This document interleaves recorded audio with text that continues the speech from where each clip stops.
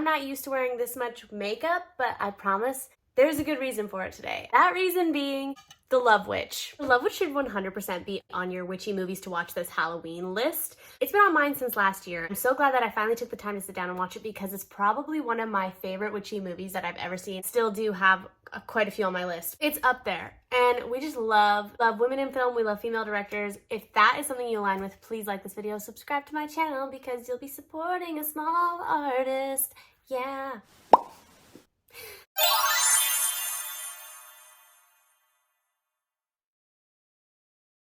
A quick disclaimer, because there is so much rich, witchy lore and history and Easter eggs throughout this entire movie, I'm not even going to be able to touch on that because that would have to be a whole entire separate video. If you are interested in all of the witchy Easter eggs in The Love Witch, there's a creator that I've just found and I'm obsessed. The whole channel is just about lore and history of witches used in pop culture. So she goes through movies like The Love Witch, Practical Magic, Witches of Eastwick. If you're interested in the occult Easter eggs in this movie, please go check out her channel. It's awesome. That being said, I think we can just jump into our Love Witch movie breakdown and talk about all of the juicy, gorgeous elements of cinema in this indie feature written and directed by Anna Biller. Well, I made The Love Witch because basically it's an autobiography.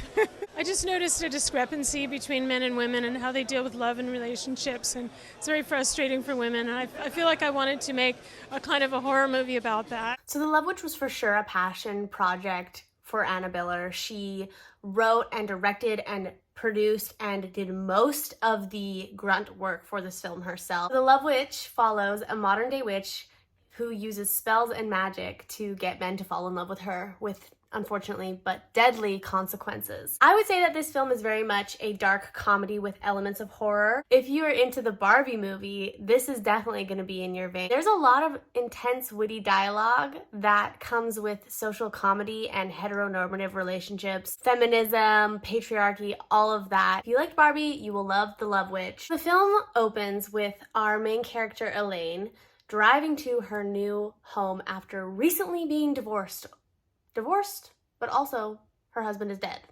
Mysterious. Begin with an internal monologue, dialogue from Elaine, the Love Witch. She's sort of reflecting on the reasons for her move and why she's arriving in this new town. She tried to make herself better by reading self-help books and really understanding what men want from women. Well, what do men want? Just a pretty woman to love and to take care of them. Her narrative often paints her as the victim. Elaine arrives in this town. She meets Trish, who is her interior decorator, set up her apartment for her. Love me. Love me. It's very clear from the beginning of the movie that Elaine's main motivation in life is to be loved and to fulfill her ideas of what it means to be loved. But it's funny because she's always outwardly projecting things like, I'm trying to give men what they want. I'm trying to fulfill men's dreams of what the perfect woman would be. Throughout the film, we see Elaine meet a series of men whom she tries to work her love magic on. Oftentimes, things don't go according to plan, and the first few people that she uses her love magic on goes completely awry. They start acting weird, they're a bit clingy, they're kind of giving her the ick. What a pussy. What a baby. When she meets her first new encounter, Wayne, she's obviously immediately smitten, thinking he looks just like her ex-husband, her dead ex-husband, while she seduces him with her eyes. And it's also a key to the audience, like a little note to the audience, that her eyes are like where her power comes from. And she just gives these men a look, and we know the magic is working, it's happening, and some serious love is about to occur. And it's amazing because with this first introduction of Wayne, we actually get a sex scene that seems really vital to the overall story, and that doesn't happen a lot. In her experience, it is a part of her ritual of working her magic and seducing him, as well as this performance that she puts on to be the perfect woman, to be the perfect fantasy for Wayne or what she thinks he wants. However, once she gives him what she thinks he wants, things start to get really, really ugly really fast. Wayne. Unfortunately, it leads to his demise, to which she buries him in his own backyard. Moving into the second act of the film, we are introduced to members of Elaine's coven, Barbara and Gayen. See that Gayen has abused his power as the coven leader and has taken what should be trust and abused that in a sexual sense, which we can understand is where she gets her motive from. She believes that a woman's sexuality is her greatest asset. Of course, it's not long before the cops are on Elaine's trail and they snip out the body of Wayne in his own yard. So the cops are hot on her trail, but Elaine's not worried and she is still steadfast on pursuing her path, which is to find love. Elaine decides to do something that's not very girls' girl. It's not very much what the girls would do for the girlies, but she seduces her only friend, Trish's husband, Richard. And again, for whatever reason, she fulfills his fantasies and it drives him insane. He goes mad, he gets depressed, he's unhappy. He can't find joy in any simple thing. And history does repeat itself because he ends up taking his own life. From there, she meets Sergeant Meadows when he comes to her house to question her about the death of her previous lover, Wayne. And right away, Elaine and Sergeant Meadows have this connection where they're kind of equally awful, so it kind of makes sense that they end up taking a liking to each other. As time carries on, we sort of see the events unfold. Sergeant discovers that she indeed did murder Wayne out in the woods behind his house. Murder, he died at the hands of magic. Sergeant does not fall for her gimmicks or her seductions, and he tells her that, to which she simply cannot cope, and she murders him in cold blood, inevitably killing her knight in shining armor. Throughout the whole film, she's talking about giving men their ultimate fantasy, giving men what they want. In reality, she just wanted to take what she wanted, which was this perfect fantasy of true love and Prince Charming. And when she couldn't have that with who she wanted it with, she made it happen for herself. The only way to do that was if he could cease to exist and only exist in her mind. At one point, she does even say, I think it's to Richard, she says, I'm the love witch, I'm your ultimate fantasy. It's ironic because throughout the whole movie, she's chasing her ultimate fantasy. There are themes of love, needing to be loved, magic, lust, and fantasy, social commentary on heteronormative roles within a relationship, how toxic energy has caused Elaine to go from maybe someone who was once a believer in equality to thinking, you know what, screw this, I'm just going to give men what they want and use my sexuality as my greatest power as I've been taught. But it inevitably and unfortunately drives her to a point of madness. Like the Barbie movie, this film doesn't make men like the villain.